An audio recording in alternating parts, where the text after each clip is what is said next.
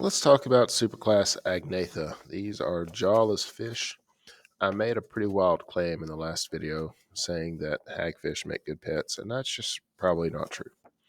All right, so speaking of hagfish, here they are, class Mixini, which would make a pretty good word of the day, but there are better ones. So Mixini or hagfish are entirely marine. They feed upon annelids, mollusks, crustaceans, or dead and dying fish. And they actually, one interesting thing about hagfish is they are involved in whale falls, and a whale fall is when a whale dies.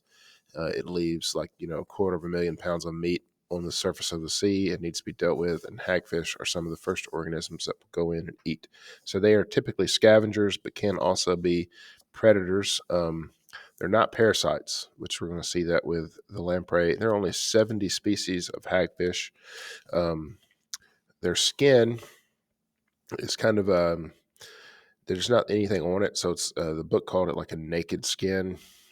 Basically, the idea there is it's not no scales on it. There's glands throughout the skin called slime glands, and they produce what you think they do. They produce slime.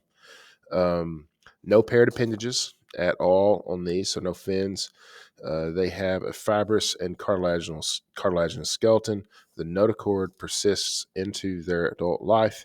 Most of them are completely blind, but the rest of their senses are very keen. So keen senses of touch, and you see these barbels on their mouth. This allows them to feel around, taste, and touch things. They have these keratinized plates, these rasps on their mouth. This allows them to rasp the flesh from their prey. And they can also tie themselves in knots in order to get leverage to pull chunks of their prey or whatever they're eating out. And they're able to generate great quantities of slime. Yes, that is from hagfish. If they're disturbed, they excrete this milky kind of fluid, and the milky kind of fluid has a chemical reaction with the seawater and becomes this slippery business, which actually has been farmed. I don't know what uses for hagfish slime are, but that would be something to read about and learn. But their bodies are typically at equilibrium with the seawater, meaning that they don't have a lot of structures for regulating water control. Next class is Petromyzonidae. These are lampreys. They have a slender body, rounded body with naked skin, very similar to the hagfish in that regard. They do have a dorsal fin, but no paired appendages. Very similar to the hagfish, fibrous or cartilaginous skeleton. Notochord persists into life or to adult life, and their claim to fame is this circular oral disc that is like a sucker.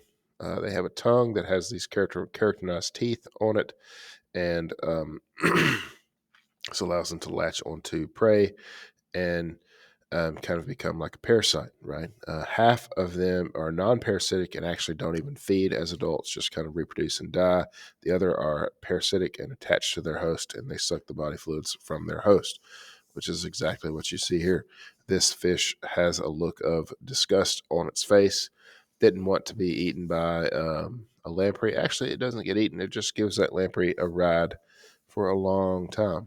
Well-developed eyes in the adults, as you can see in this picture, which is taken from a textbook from my younger years, which I just love.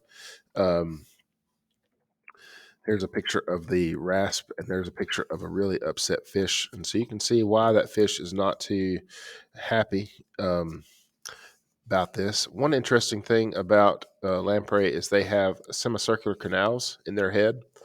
And these semicircular canals are similar to our own semicircular canals, which allow us to be orientated so we can, oriented.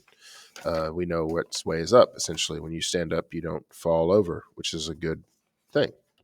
And that's it on lamprey and hagfish.